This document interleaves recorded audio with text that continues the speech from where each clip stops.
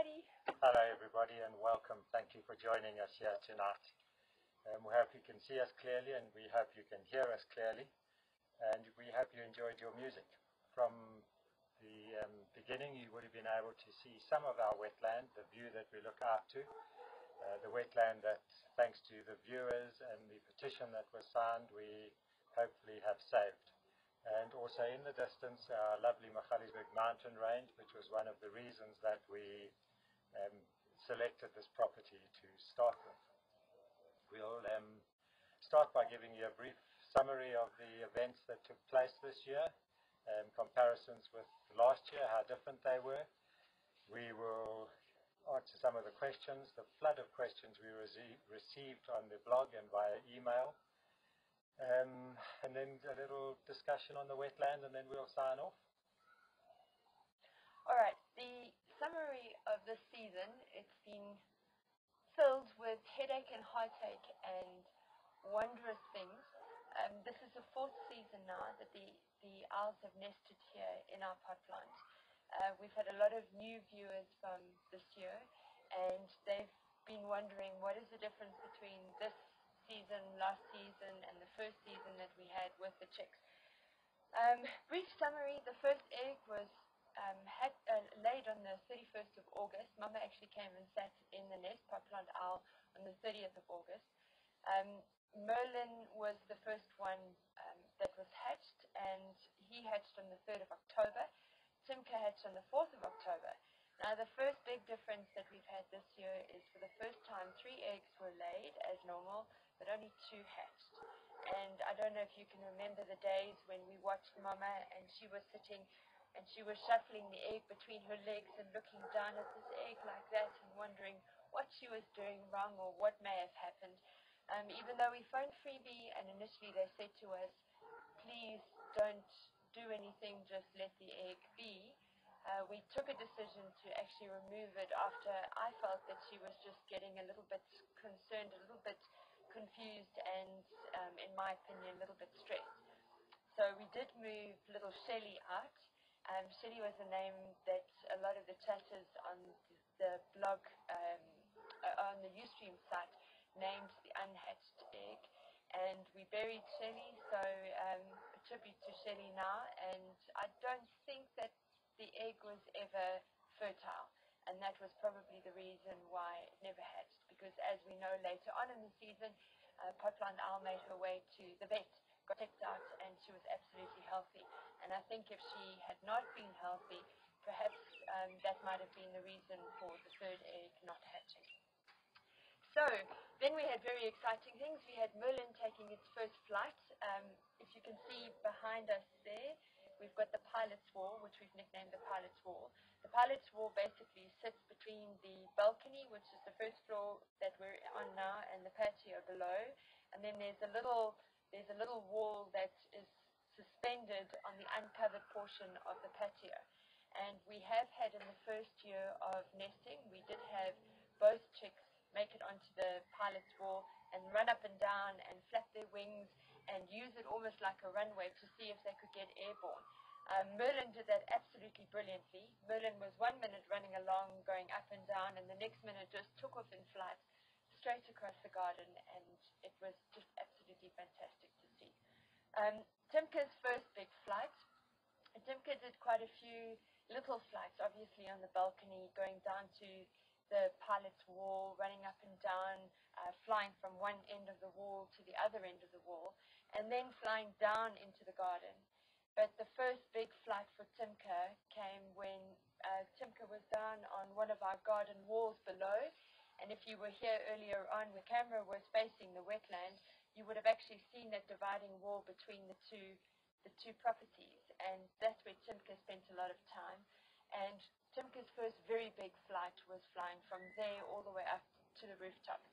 And unfortunately, that was the last time that we saw Timka in our garden. The owls both fledged on the 25th of November, the day after Thanksgiving, for the American viewers. And it was a very bittersweet moment for us, very sad as normal, very glad that both of them made it, very proud of Timka and the way it flew the previous night.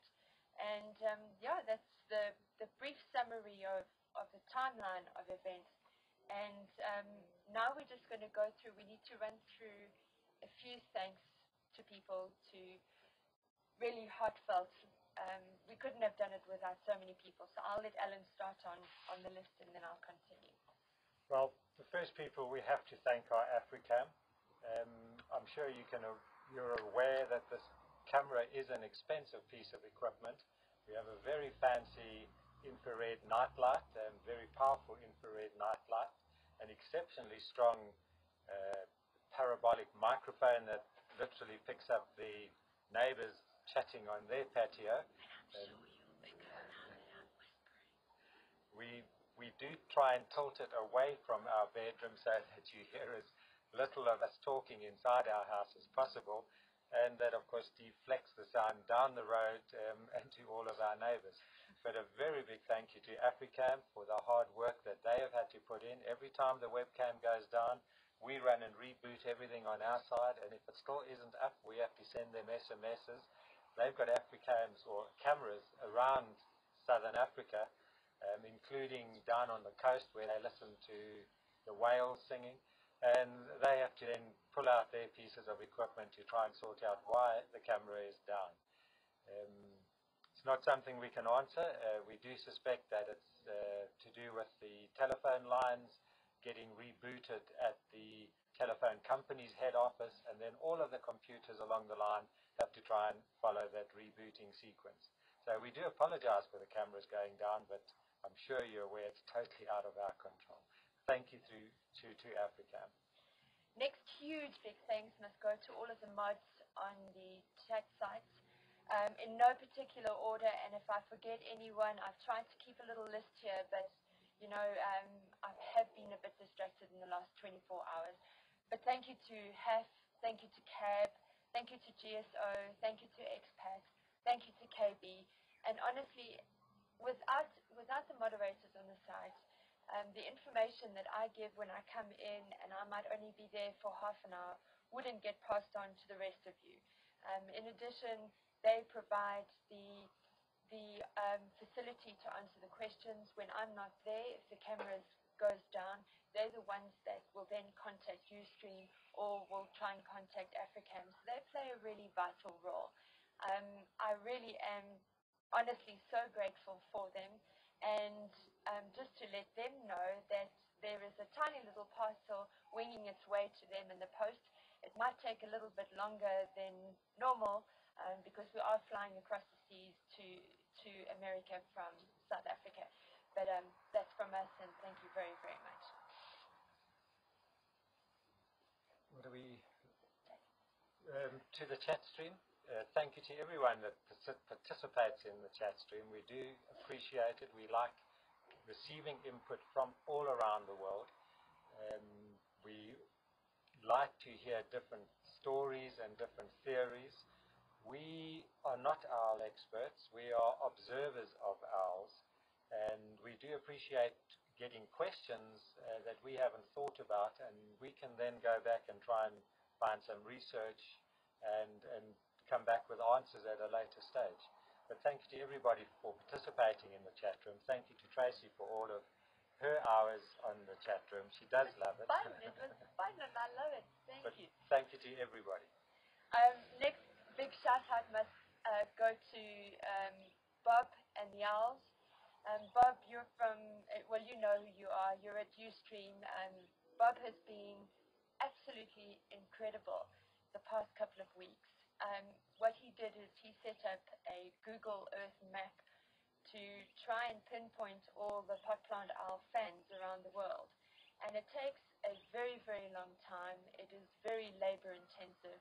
And Bob, I'm sure, is a little bit like Allan, where he probably types a little bit like that instead of the 90 or 100 words a minute.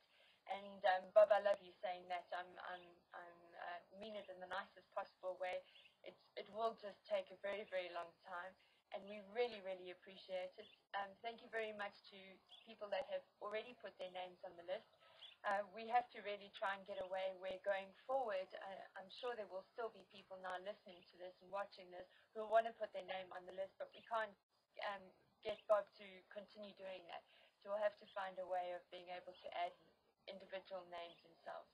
But a huge big thank you to Bob. We really, really appreciate it. Another big thank you must go to Track and to Emmy. Again, from the chat, they have been absolutely instrumental in the most amazing footage of Potplant Owl and Popper and Merlin and Timka on video. They've made songs, they've done a timeline of how the chicks have grown up. They've recorded the most amazing things, which actually Alan and I have never had the facility to do. You know, in the first year that the owls nested with us, it was literally just Alan and I with a little camera lens and Alan behind it, with me and a little piece of paper and a pen writing everything down. And because we slept, obviously in the evenings, we lost a lot of what you in America and Canada see when you're awake. We don't see that. So it's been really nice to actually go back on all of the videos and all of the things that we're missing at 2 and 3 o'clock in the morning, the amount that the owl chicks eat, and you know what they bring in, how the parents interact with them at night when we're sleeping. That's been amazing. So thank you very much for that. And also, incidentally, I know there are lots of other people that have posted incredible photographs or video clips, and I do want to say thank you to them. I just don't know all of your names. I really honestly cannot list them all, but I know that there have been people that have been instrumental on Facebook, the Potplant Owl Facebook site, and they have been posting regularly there, and I thank you, each and every one of you. Also on the blog, there have been comments and posts made there, and again on the chat. So thanks very much. You know who you are. All right, and the final thanks must go out to all of the Potplant Owl viewers and the well-wishers. We've just had an absolute flood of emails and Facebook messages just to say thank you to us for doing absolutely nothing other than just allowing owls to nest in our pot plant on the balcony. But thank you. Without you, Potplant Owl wouldn't have had the support in the media to be able to fight to save the wetland as we're doing at the moment. So thank you. Some of the artifacts we have on our desk here, the infamous shoe that is fitted with bite marks from little chicks. Now that our balcony is returned to us, we can start having a look around. Tons of little skeletons, little heads and odds and ends. We have a 6-pack of South African brewery's finest. For those of you who aren't aware, our day job, we are in the travel industry, and we arrange specialist wildlife safaris into Africa. At a travel industry Christmas lunch, we were fortunate enough to win a year's supply of South African breweries products. I'm not sure if it's going to take us all year to consume. I'm sure we'll be able to do a lot better than that. But thank you to South African breweries for our next couple of months' worth of fine beverages. Then moving on to just differences between this season and previous seasons. I want to make clear from the beginning that we are not owl experts. We are observers. Fortunately, we work from home, so we are able to spend a lot of time observing, probably more time than a lot of our researchers. Also bearing in mind that this is our 4th year of researching, and very few researchers actually get to spend 4 years continuously studying a breeding cycle of one particular species of owl. So we probably do see a lot of things that don't have answers for. We are going to try and get hold of research papers and try to learn some more. But yeah, there are a lot of things that are being cropped up here I haven't got answers to at this stage. One of those would be why the egg didn't hatch. My personal observations, the first year that PPO nested, she laid an egg and then she left it. And she didn't come back for probably 3 days, and then she laid her second egg, and then she left it. And only once all 3 eggs were laid did she start sitting on the eggs properly. This year, she seemed to be sitting pretty much from the beginning. She would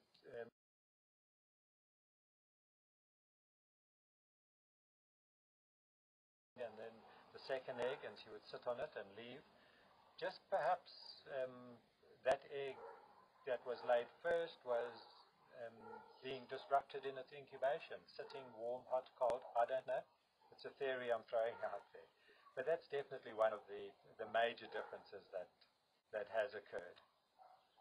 Then we reiterate this with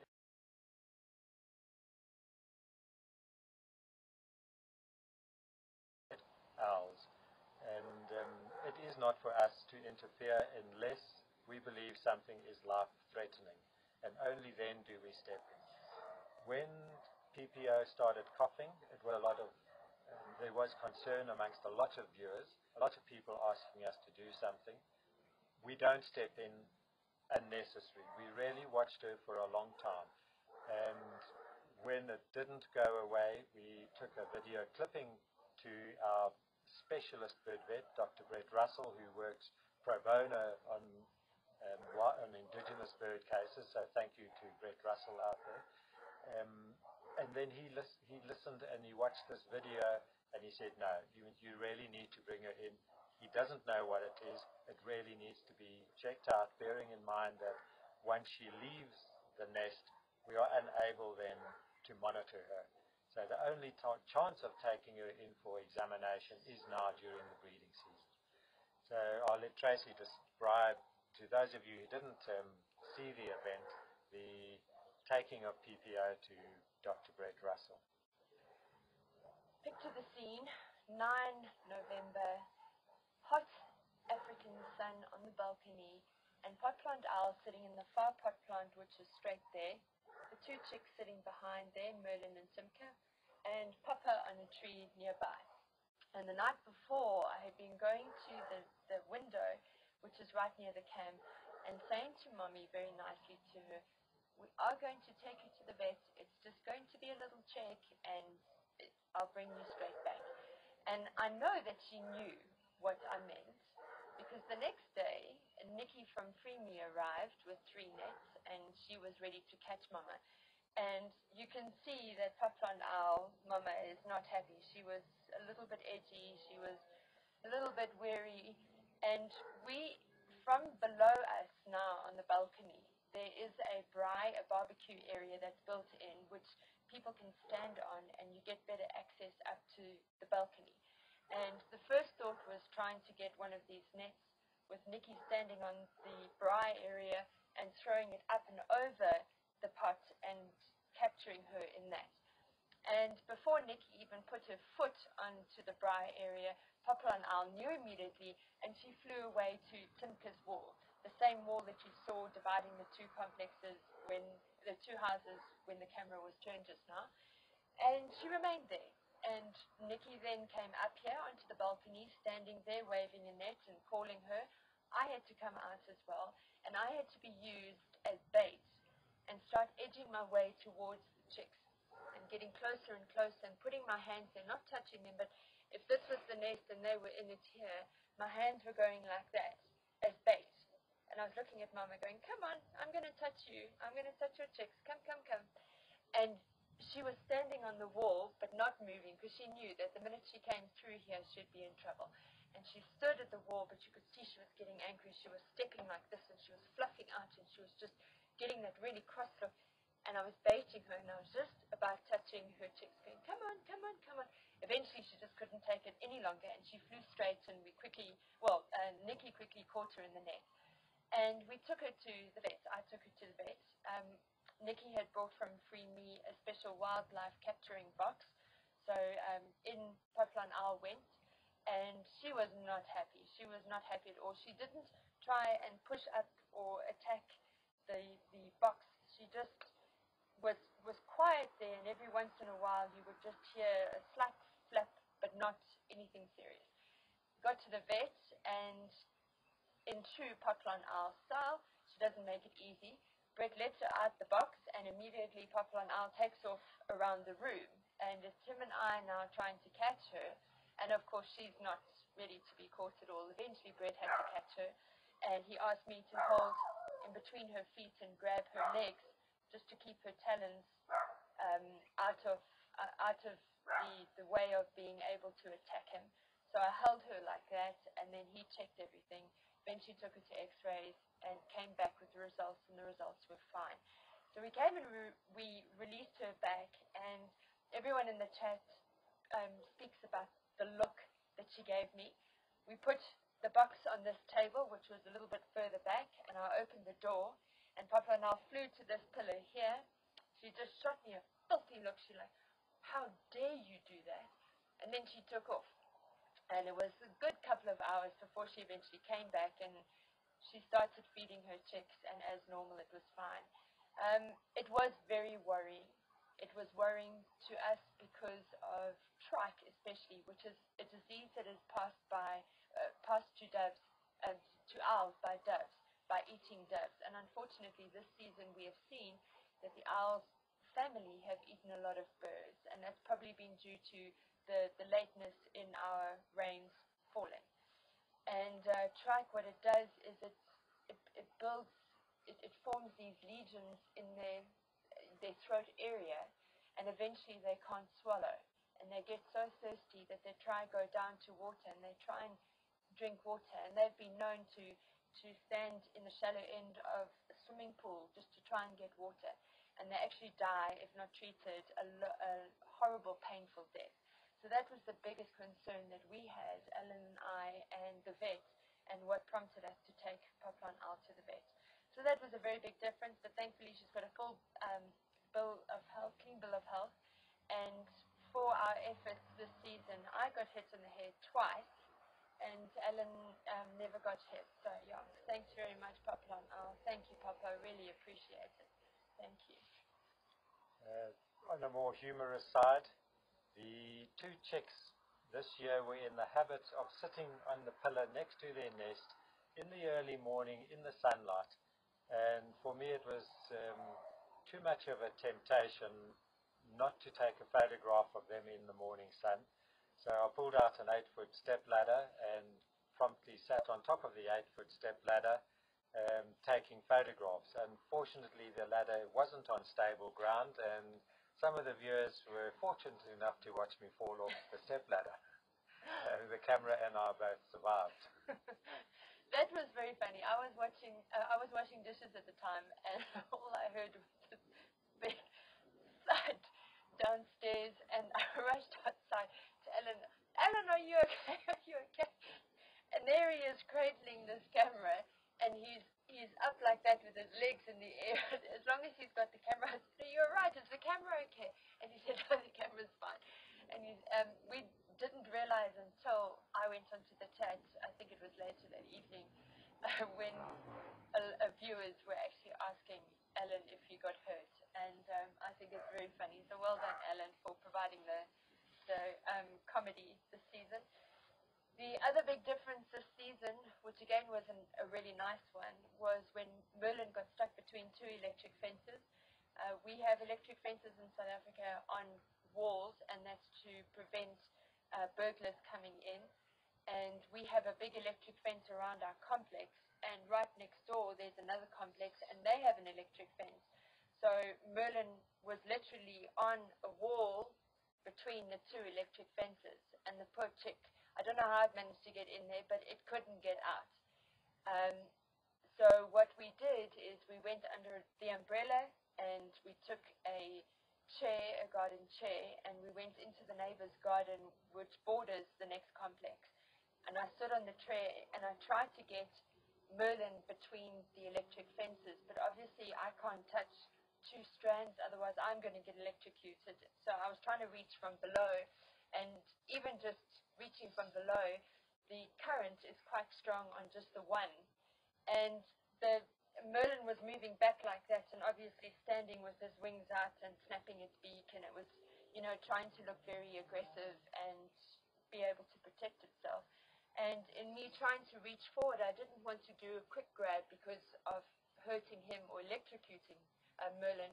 So I went in slowly, and the poor chick lost its balance and fell into the complex next door, which then led to a comedy of errors, because for the next 2.5 hours after that, we had to try and get Merlin from the complex next door, which is completely closed up. It's 5 o'clock in the morning, and there's no intercom to try and buzz somebody to get in, we don't know anybody that lives in that complex, so we can't phone them and say, please, will you open up your gate? And of course, we can't climb over the gate because it's got electric fencing all around. So we had to sit 5 o'clock in the morning on the side of the road and literally wait until the first car came out. And when the first car came out, we rushed in, explained the story, and eventually found Merlin and brought it back. So that is those are the times that we will interfere. If, you know, in the first year we had one of the chicks fall off the balcony pillar, and it wasn't ready to fledge at all. It hadn't even started flapping really or flying on the balcony. And I ended up finding it under a wheel of the neighbor's car. And I picked it up and I brought it back to the nest. And 10 minutes later, the neighbor got into it, his car, and sped off. And if we hadn't picked the chick up, it would have been dead. A lot of people say to us, even what we do, like taking Poplar now to the vet, or like getting a chick from under the wheel of a car or from between electric fences, that's interfering too much. And in our opinion, no, it's not. The reason being is because these owls, unfortunately, have been forced to nest in urban environments. And urban environments are not natural to them. Electric fences are not natural to them. Cars are not natural to them. And if we just say, oh, well, fine, you know, we're just going to watch an owl pushing itself against an electric fence and getting electrocuted, I couldn't live with myself. So if there are any people that would criticize that decision, that's fine, each to his own. But it's something that Allan and I do feel strongly about. We will protect them if we have to. But when Timka couldn't get back up on the balcony, so be it. That is nature, and Timka had to learn to be able to fly up. Question time. All right. I'm just going to run through a few questions, otherwise we're going to be here until midnight, and I'm quite tired.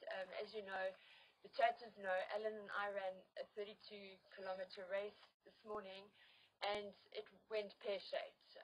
All I can tell you is that it was a very long day, very hot day, very hilly day, and a day we're just going to be glad to see the end of, because it wasn't a pretty run.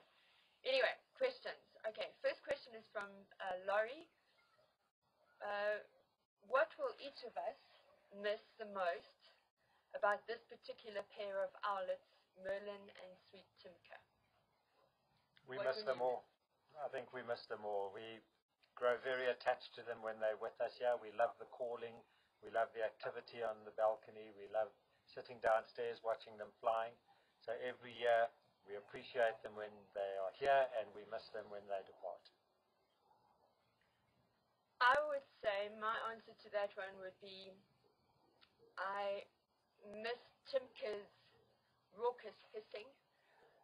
Merlin was less greedy with food, I think, and that was particularly endearing with little Timka. Merlin, I will miss the mischievous Merlin, the one that when it took its long flight and ended up in the garden the next morning, walked along the garden like an ostrich.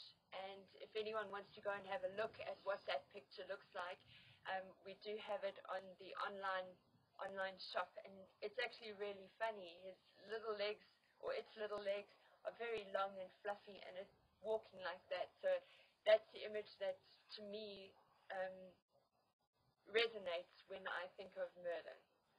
Okay, next question. Alice, where do the chicks go from here? We don't know.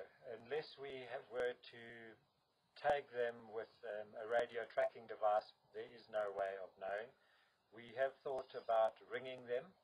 Banding for the North American side?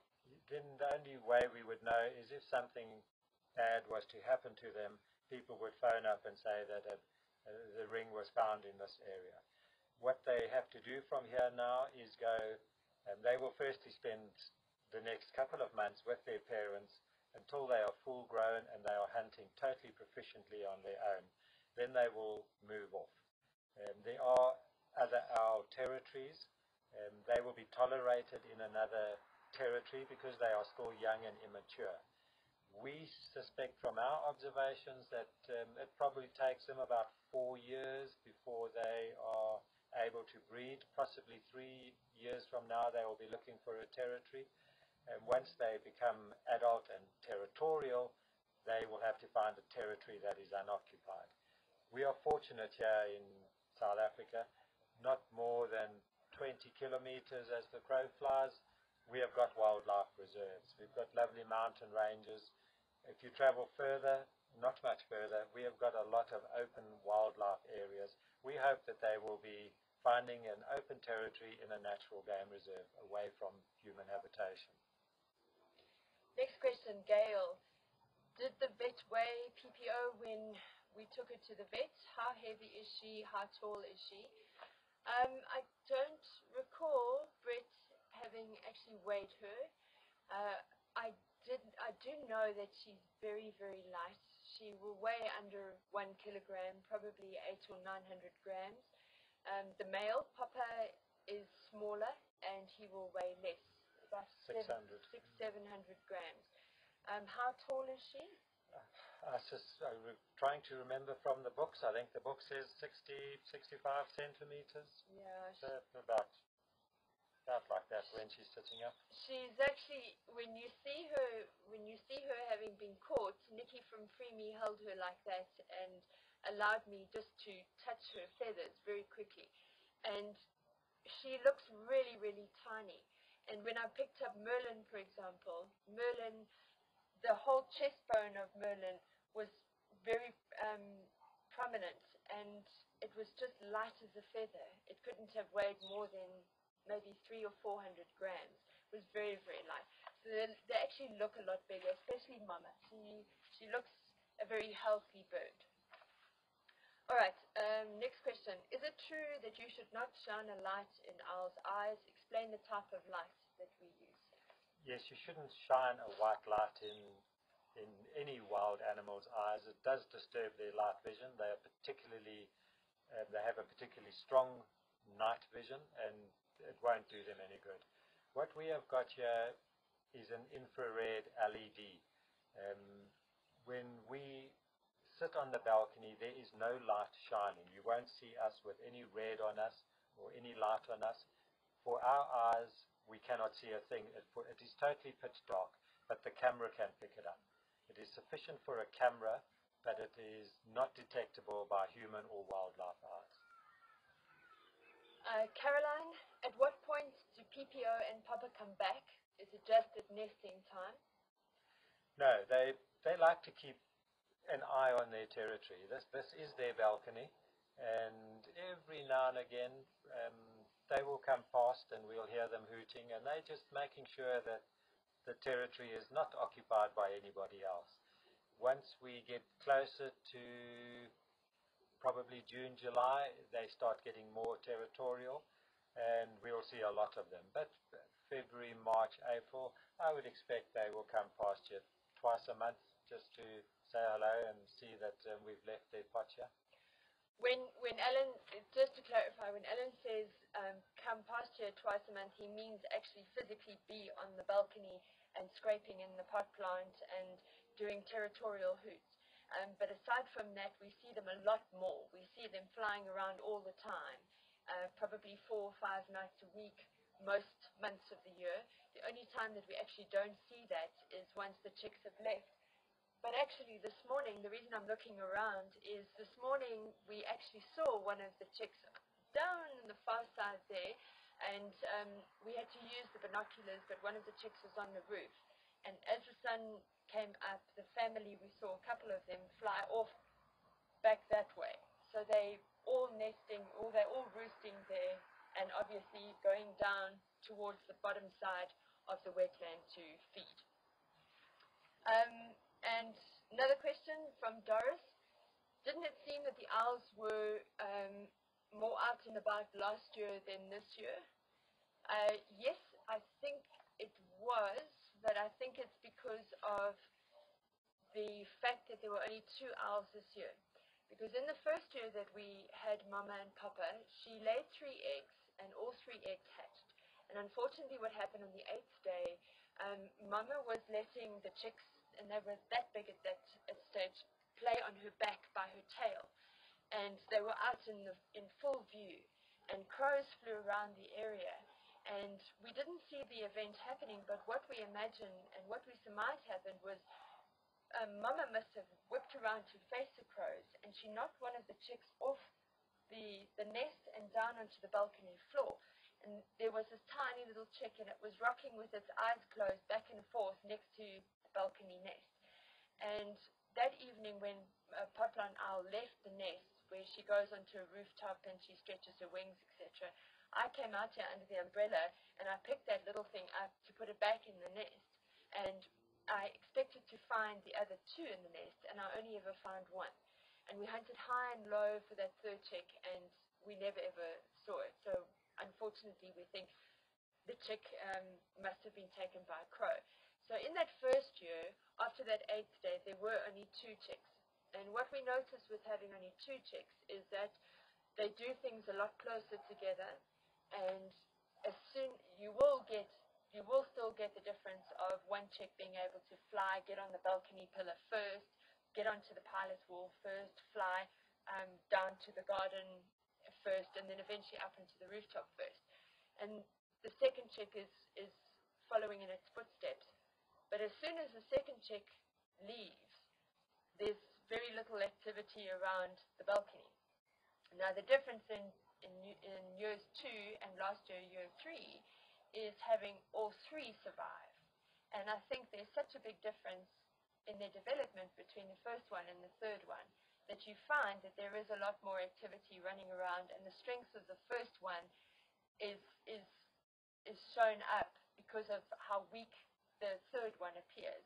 So last year, Teeny was the baby of the litter, and Jelani was the first one to fly. Indy was the adventurous middle one. And there was a lot more activity because Jelani and Indy were flying perfectly. Teeny was nowhere near flying. So they still came back. They moved around in the evening, but they constantly came back. So that probably is why there was such a difference in the activity around the balcony once they got a bit older this year. Okay, that's really honestly all we have time for, but if you want any other questions answered, please just pop me an email or put a comment on the blog or put a comment on Facebook, and I'll get to you as soon as I can. All right, moving on to the wetland. We do sincerely believe that the law will take its course and the wetland will be protected as is rightful. What will happen to the wetland from now onwards? There has been when the initial destruction took place, the owner was given a legally binding directive that he would have to, sorry, we'll just pause while we have a jet fly overhead.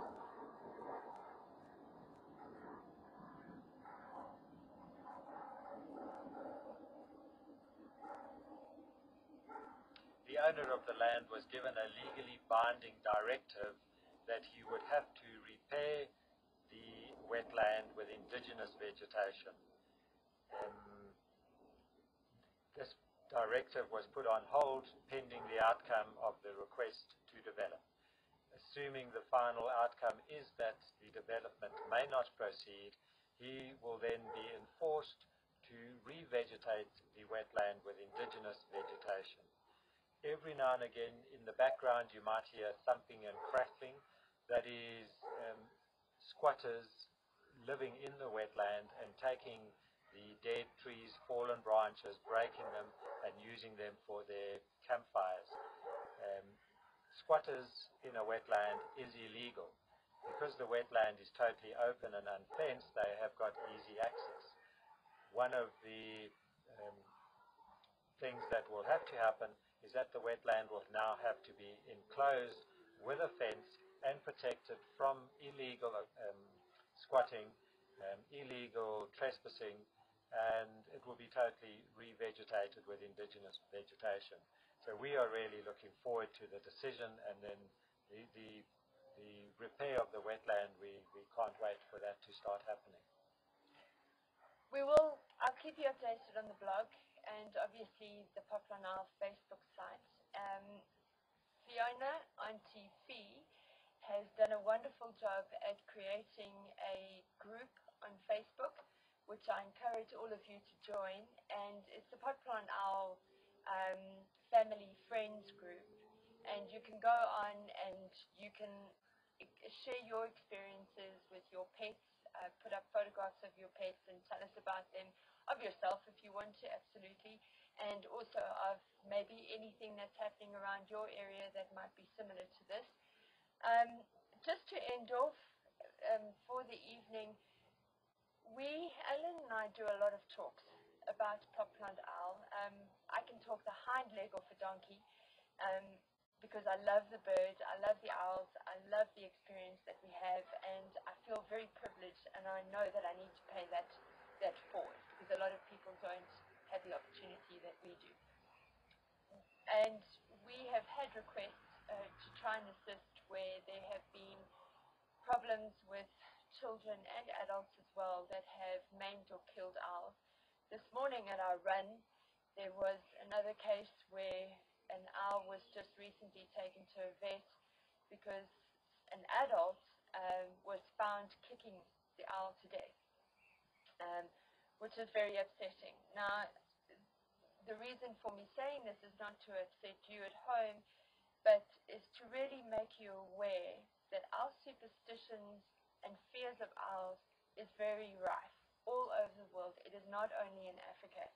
And whatever little bit now that you can do, having watched Pot Plant Owl and her family, or maybe the other barn owl sites that you might be following, or any other owl sites around the world, anything that you can do to try and dispel the superstition, please, I encourage you to do it. If it means assisting with schools and giving them addresses for webcams that they can watch other owls to get an understanding of how beautiful they are and how the owls work, then do that. If you're talented and you want to write a book or a song or anything like that, I encourage you to do that. If you hear of any opportunity to go and talk to people that might be fearful of them, please do so. Because if we all do just a little bit, we can make such a difference. Right? Thank you very much. And just also remember, owls are not pets.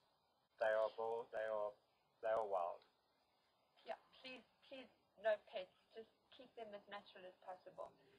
Thank you very, very much. We love you all dearly, and we really appreciate all of your time in watching our Pot Plant Owl and Papa and Merlin and Timka. And for those people that have sent me emails to say that they want newsletters, we are busy sending them out. It will probably only be our time tomorrow, but please bear with us. You will definitely receive your copy. Okay, thank you so much. That's the end of the webcam, but the Facebook and the blog continues. Thank you and bye-bye. Bye.